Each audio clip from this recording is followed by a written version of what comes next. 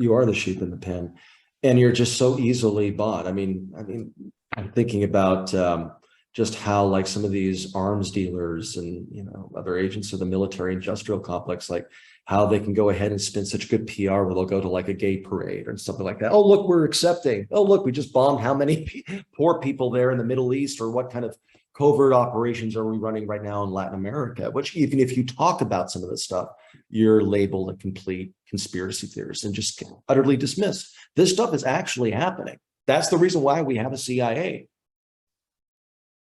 And if you talk about any of this, they automatically, that's why I've heard some people say, oh, I don't like reading Chomsky. He's a little too conspiracy theory for me. It's not theory. It's all bad. It's well researched. Even he started drinking for the propaganda, though. Even he started saying Trump is such a national, threat. And so, yeah, I mean, which is sad, but that's what happens when you get old. It happens when you get old, and especially, I don't agree with some of the stuff that he said during the COVID lockdown and stuff like that. I mean, he's old and he was scared. I'll give him that. Given everything else that he's done, okay, or here's another thing.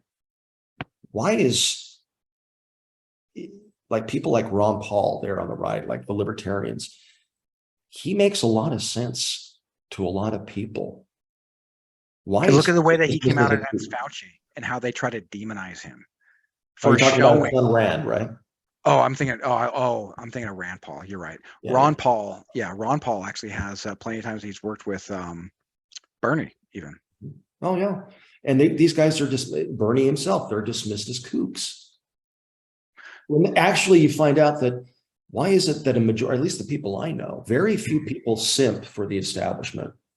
Very few people. They have to be like over 55, or completely into this identity, politics. Yes, queen.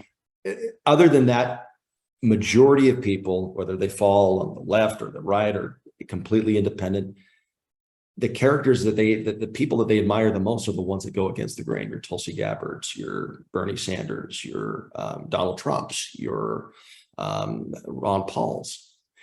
And if these guys are so much more popular, then why can't any of them ever get other than Trump? But then again, Trump, he's interesting because they gave him so much free publicity because they never suspected him to become president. Well, yeah, they didn't. Why? Because they were friends with morons like Hillary Clinton, who literally created the Pied Piper strategy that also was shown in WikiLeaks. Like everyone knew, but of course, what's funny about that, though, she gave him so much by doing so. Not only does that reveal her control over our media.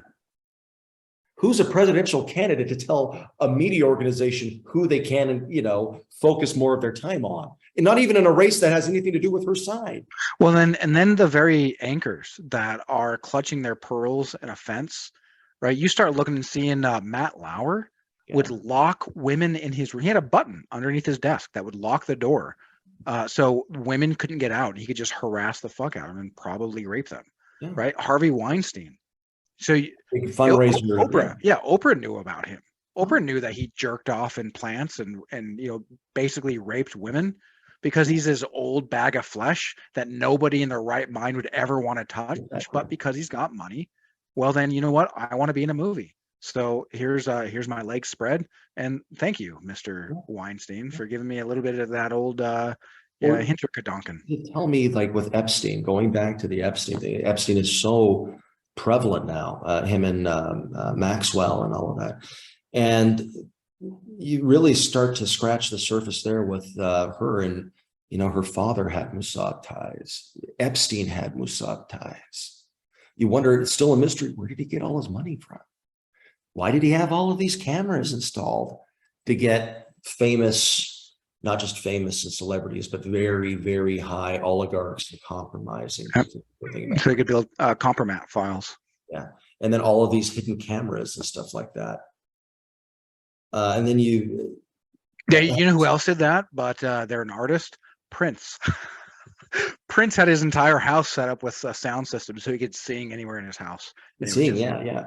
But that's Prince. But Epstein was all about it was all about getting dirt on people or creating situations where they could get dirt on people. Well, blackmail. I mean, I Exactly. don't need to install my own puppet into that position if I can just compromise you. And if you're so easily compromised, I mean, think of how weak-willed these people are. Again, these entitled people who show up, and yeah, I guarantee that there were some insanely attractive women. But if you can't understand that a boner and compromising your, everything, your morals, your livelihood, I mean, come on, man. Like, hey, let's go to this island where nobody will know.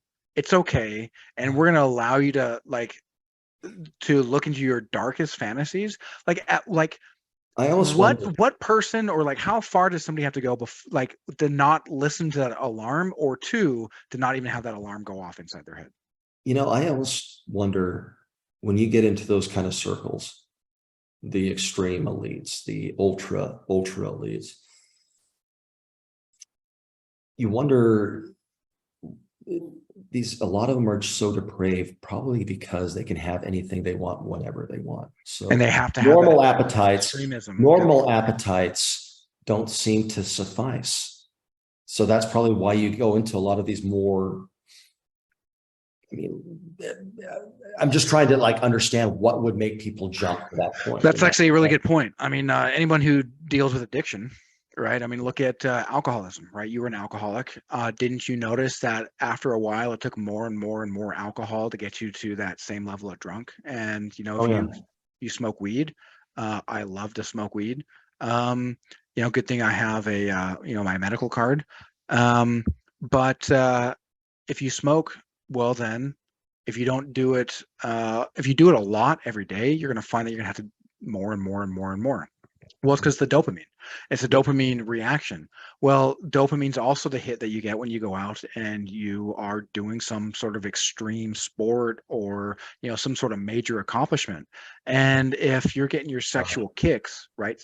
Sexual arousal, going on the hunt, right? If I see a beautiful woman and I really want to have sex with her, and I start crowing in my own way, and she likes my crowing, well then that starts leading up to the peak of my dopamine hits and dopamine rush. And so if what a normal person could do doesn't even give you a rise anymore, well then you have to kick it into a weird, people shitting on your face, or you choking somebody out and punching them in the kidneys as they're screaming, and and just whatever. It kind of creates deviancy. Yeah. And I think not to say that every person who is a billionaire is a pedophile or something like that, but I would be surprised. It would be interesting to see, well, if you could look at their browser history, what would you find? Because I do think that it does, certain levels, when you get up to that high, it does breed certain levels of depravity, and at least some sense of trying to try to get a rush somehow. And if you can have any girl you want whenever you want, for some people that could get old after a while. Yeah, it could. And now let me ask you though, where do we draw the line? Right? Let's say one of these billionaires, right, that has no allegiance to a country, and they don't necessarily need to, right? What if they go to Thailand and say it's totally okay to have sex with a 14-year-old girl? And I'm not going to say that I'm going to do it, but why do we have the right to moralize what somebody else does and it's legal in another country and works for them? I don't think that 14-year-olds should be exploited in that way, but if that's the way their system runs, do I really have the right to criticize their system, especially when our system is so defunct? There's things that go on that just baffle me, but I just go ahead and just okay, well, personally that sickens me, or all of that, but I don't. Because I have a 10-year-old kid, man, thinking in 4 years that he's going to be I didn't lose my virginity till I was 21. I was in the Army. Yeah, it was awesome. I was a good Mormon kid. I didn't lose until I was 21. So yeah, 21 or 22. I can't remember, but yeah. And so I don't necessarily think that's right for everyone. because of the way society runs, it made me feel like there was something very wrong with me. And that certainly didn't do much for my psychology. But yeah, man, I don't know. I think ultimately this is really what it means to change yourself and you change the world. But if you change yourself and find enlightenment, well, the thing is you're providing the example and the invitation to people around you who are watching, like, holy shit, look at Nate. Wow, look what he's done with his life. And then, hey, what is it that he's doing that I'm not? I wonder, hey, Nate, can you maybe share with me what it was? And then that's you start resonating at a different frequency. You start finding that the people who don't resonate there, you just find reasons not to keep in contact. Doesn't mean that you don't love them. No, no, They're just not part of that environment that's going to program you anymore. exactly. I love some people. I love like a bottle of, like whiskey. They're nice company, but you don't want them in large doses. Yeah. And that's just the way to kind of like look at it that way. But something interesting about that, Sakura said, don't let enlightenment be your goal.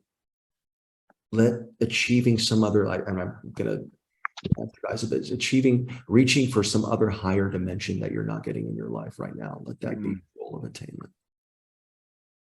And I think that's really nice because a lot of us in this life won't find enlightenment, but you can definitely live a better quality life and live on such a life where you live on such a higher frequency that you can be an inspiration to others. You know what that made me think of, though, is that if enlightenment is your goal, well, aren't you kind of just chasing your own spiritual ego at that point? Yeah. And do you think that maybe, so this, I'm trying to flesh out this idea. Lately, it's really annoyed me. The more I hear people just talk about how they do psychedelics and, oh yeah, back when I immediately felt the ego death. And it's just like the language that we use. I killed my ego. Come on now. And like this language of death. And there is the Tao chapter 76, I believe. Yes, it is 76. Man at his birth is supple and weak. At his death, firm and strong. So it is with all things, right? Trees and plants in their early growth are soft and brittle. At their death, dry and withered. Thus is it that firmness and strength or rigidity is really is a better way to look at that. Firmness in the rigid are the concomitants or disciples of death. Softness and weakness, the disciples of life. Hence, he who relies on the rigidity of his forces does not conquer. And a tree which is strong will fill the outstretched arms and thereby invites the feller. Therefore, the place of what is firm and strong is below, and that of what is soft and weak is above. Because if you're, and again, strong there is rigid. And this is what's weird about translating, Chinese into English. But if you are just so rigid and you're firm in your rigidity, well, then you break. And if you're soft and supple, well, a tree doesn't just demand that it's going to be rigid or it's going to snap. It gives. Even when it's getting its bark, it still gives. And in fact, the strongest trees, they don't grow in the best soil. They grow in the most extreme environments. And the only way that you can survive an extreme environment is by being able to roll with the punches and not being so rigid. But there's very few things that would describe Americans as perfectly as just rigid in our beliefs. And we murder the world with our bombs, disciples of death. I mean,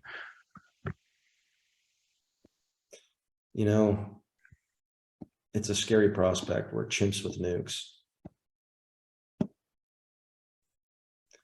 Or, pigs. Yeah. Chimps or pigs. I mean, we've got very common, bloodlines with both. And DNA. Yeah. Very territorial creatures. And really, if you look at it, the concept of countries and, all of that stuff. It's a good thing maybe that we don't have interstellar space travel, because as an outsider, try to look at us and you're like, we wouldn't want these people or these humans to, to visit us. Well, and then so let's say that we send, let's just say that we do go interstellar and we've got the exact same attitudes we have now. So we send John Wayne to a planet full of intelligent life. And next thing we know, we're being invaded because we fucking murdered or raped or just whatever, right? Yeah. The prime minister's daughter or just some craziness because it's John Wayne, because of that sense of entitlement. And so, yeah, man, you may not believe it, but I actually have a lot of hope for humanity. Really, I was somebody who was quite rigid in my own beliefs. And because I've had the strength to surrender to a higher authority, bigger than me, bigger than the world, that completely parallels and harmonizes with what, the ancient wisdom has shown, whether it be the Tao, whether it be Jesus in his words, not the Bible and everything else around it, but when you see Jesus speak, Buddha, Shiva going within. And I find that if you do what's right for you, you'll find that your gift will be right for others. But if you try to do what's right for others, you'll find nothing but just a rotten core that's both wrong for you and others. And you're not going to be able to please anybody or Exactly. everybody. Least of all yourself, because you're so worried about pleasing others who have no idea how to even please themselves. That's true. And so if you know how to please yourself, well, now you're one amongst a million. You're the only one who knows how. And now you can be the leader to show them. And again, change yourself, you change the world. Mm-hmm. Yeah. Everything that there's a whole entire cosmos inside of you. And Yeah, you're the ocean in a drop. all of it. And then try to, calm the chaos within and see how that, as above, so below. And so I think that that's the ultimate goal. And then don't just take anybody's word for it. Try it, apply it. Well, even the Buddha said, look, if there's something that doesn't sit well, with you, don't listen to anyone. Don't even listen to me. No. Listen to what's inside you. And the thing is, that's why I said last time that higher wisdom needs to be discovered, because people are going to say things that don't sit well with you. And you need to discover why. Is it because what they said is wrong? Or is it because your beliefs don't serve you? And you need to unpack that mystery and unpack that thought experiment and arrive there yourself. Because if you don't, and I give it to you, well, now I'm casting pearls amongst swine. Hmm. That's true. That doesn't benefit anybody. Exactly. Least of all me, man. I want those pearls. Yeah, exactly. Yeah. Yes. That's very. In fact, it can actually have a repelling effect where the swine actually run away even further and go deeper because you're going to expose again that shadow of what they are not, and they're not ready for it. If they're not ready for it, you browbeat them on, well, be me, just be me. Look at this wisdom I've got. And this is a folly I've really, stumbled on most of my life and stumbled with. It's just like, well, I've seen it work, therefore, or rather I've read about it working. I've read it. I haven't even seen it myself. I haven't explored it. I haven't tried it myself, but I've read about it working, and I admire this person. They have enough paper degrees and, an alphabet soup behind their name, and they're respectable. Mm-hmm. And here you are, Mr. Uneducated. And yet what's most interesting is that I was watching a Jordan Peterson video. We were talking to Muhammad Imam. Muhammad Imam said, what were you trying to do with your video, attention to all Muslims or whatever? He's like, I was trying to start a conversation in the stupidest way possible, in the spirit of ignorance, so I can learn. Because what the hell do I know? It's like, that's probably the most brilliant, and educated person in Western philosophy right now. And if he can give himself allowance to be ignorant to start a conversation, well, maybe we should be less rigid with Yeah. ourselves. Yeah. I mean, the whole purpose is to learn and grow. Once you think you've become an authority on anything, then, well, you're just pretty much set yourself up to be very well humbled eventually. Well, presumption is a disease, right? This is also something in the Tao, to know that you know, even when you don't. Well, that'll never serve you. Never. There's not a single time that knowing that you know will ever serve you if you actually don't. Which is why Socrates, right, the Oracle of Delphi, had named him as the wisest man in the world, because he knew that he didn't know. And that's where the beginning of knowledge is like, hey, I don't know. I'm not a butcher. You're a butcher. Oh, well, tell me about butchering. I don't know about butchering. And when we allow people who have experienced something to share the wealth of their experience without critiquing it from the debt of our conceptualization, well, then we'll find that we'll probably have a lot more meaningful connection to people, because we're not pulling them down with our debt, because there's nothing that's going to suffice. Nothing. We've already convinced ourselves that we know, yet they've experienced it. Do you think that, kind of drawing back to your original comment of that you're pretty much optimistic for humanity, do you think that more and more people are awakening towards some sense of spirituality? We're proof of it, man. We're proof of it right now. Like, you and I were we were no better than what people would call a shit lip. Yeah, we were progressive and we had the better ideas. And here we are smacking ourselves on the back. Yeah, look at us. We know. Yeah. Have we ever been in office commanding that level of authority? But surely we know. If only they listen to Joshua Cameron and Nate Kivani, right? If only. And so, yeah, man, the fact that I can enlighten and discover the gifts that were just waiting for me to discover. Yeah, man, I truly believe. Seeing Sadhguru get on Joe Rogan, I don't think Sadhguru is the greatest guru ever, nor do I think that he ever would claim himself to be. But the fact that he can do so much good with his parables, with the way that he thinks, and he's on the largest podcast in the world, and it enamors me, somebody who would laugh at him, right, in theory. And yet when I listened to him and I experienced it, just like he said, life is about the experience, isn't it? And since I experienced it, I was willing to suspend my disbelief for the spirit of adventure. And I think that's one thing Americans have going for them, is that we really do love adventure. And it's really a matter of, I think it comes down, like, progressives will critique, say, Thomas Jefferson. Well, didn't you know that he had slaves? Well, he was probably the best slave master back then. And yeah, was it bad for him to have slaves? Yeah, I guess it's kind of morally gross when I think about it in today's terms. It's very, But that's just how society ran. And you know what's crazy is slavery is actually higher up in consciousness. So it was actually better, because what happened before is we'd slaughter everyone.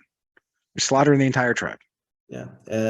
And the whole issue there is with the presentism, that everybody wants to hold account people that lived hundreds of years ago to today's standards. Well, what's going to be like in 500 years from now? People look back at you and they're going to be like, oh, look at this person. They didn't. I mean, the way that we're going right now, just interesting. I just found out the other day what a furry is. Do you know what a furry is? Dude, I've known a furries. Dude, I played World of Warcraft and I played with a furry, and so we'd make so many jokes. And so, did you know that furries yiff? So they rub up against each other in these costumes. Yiff, yiff, yiff, yiff, yiff, yiff, yiff. I don't know about that. It's like people are legitimately identifying that, like now, like they are with non-binary and stuff like that. Oh, that's been I don't know where that's going. I don't have much comment on all of that, but 500 years now, you're looking at this as a trajectory where this can go. 500 years of people are coming up with new identities, and they're going to looking back at you and be like, oh, look how ignorant they were, or look how bigoted they were that they didn't accept this. It's stupid to go ahead and hold people that lived so many years ago to today's standards. Not to say that they were perfect, or anything, but you yourself could be at the other end of that too eventually. And so I think that for Americans, exploring their sexuality in many ways is the closest thing they can come to exploring, no pun intended, come to exploring their spirituality, because we're not allowed to be spiritual as American Westerners. we're hungry for something. And, I do love that we're starting to look at all of these other identities. Well, here's the thing. What I love about Eastern philosophy is like, your identities are all of these attachments, and those attachments are the root of all suffering.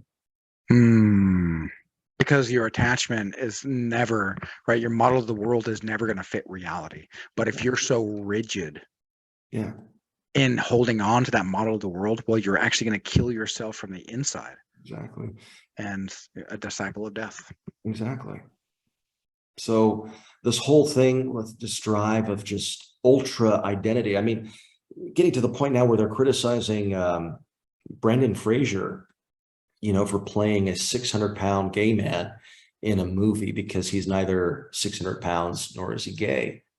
And they're trying to say they should find like a 600-pound gay guy. Well, I'm really offended that they didn't get a real serial killer to play Jeffrey Dahmer. Oh, that's good. I love that. I didn't see that coming. You snuck one up on me. It's just borderline just derangement. It does. It really does. It really does, man. And I get that representation matters. I get that to a little kid. It's really, really nice to be able to be like, hey, that kid looks like me and look what he's doing. Well, why can't I do that? Well, that makes a lot of sense. But Brendan Fraser can act. Exactly. So, somebody, and you know what? It takes a lot of discipline to memorize lines. You know what I can guarantee about somebody who weighs 600 pounds? Guarantee. I don't even have to meet them. They don't have a lot of discipline in their lives. Probably. Yeah. I mean, you go out on a limb there, Yeah. Right. And so like, they might have a hard time leaving their house to go to an audition in the first right, as with the forklift, picking them up and putting them in the back of the of the truck. And so what is silly is just how propagandized people are, that making even a silly joke and a comment like that and just show the absurdity, right? Well, then I must be a bigot. And but good thing I'm wearing a tinfoil hat, so you can't put me as a bigot. I'm just a crazy person, I mean, all I do is read Jocko Willink, David Hawkins, Peter Sage, Plato. How could I be a bigot? I voted for Hillary Clinton. Right, I voted for a woman. Right? Yeah. We've solved everything, Yeah. That's crazy, man. Well, hey, any last thoughts? No, I'm just looking forward to the next conversation. Yeah, this has been a lot of fun. I've enjoyed this. I like that we could get into conspiracy theories in a relatively lighthearted manner. I mean, we were talking about Nazis for a while, so it did get a little deep there. But ultimately, man, having an enlightened conversation with somebody who's just kind of got their own views is a lot of fun, and conversations should be organic and just kind of see where they go. Exactly. I absolutely agree. Awesome, man. Well, love you, buddy. Love you back, but thanks again. Sorry about I wasn't expecting him to stay here this late and to interrupt like that. So no worries, man. Good for you for helping a guy in need, right? I can wait. I'm sitting in my home on my chair at my computer. I can, F around and entertain myself. But yeah, man, you helped him out. He's helping you out. That's what the world's about. Yeah, that's true. Awesome, man. Well, may love and truth always guide your path. Likewise, and namaskara. Thank you so much, Josh. You're welcome, sir.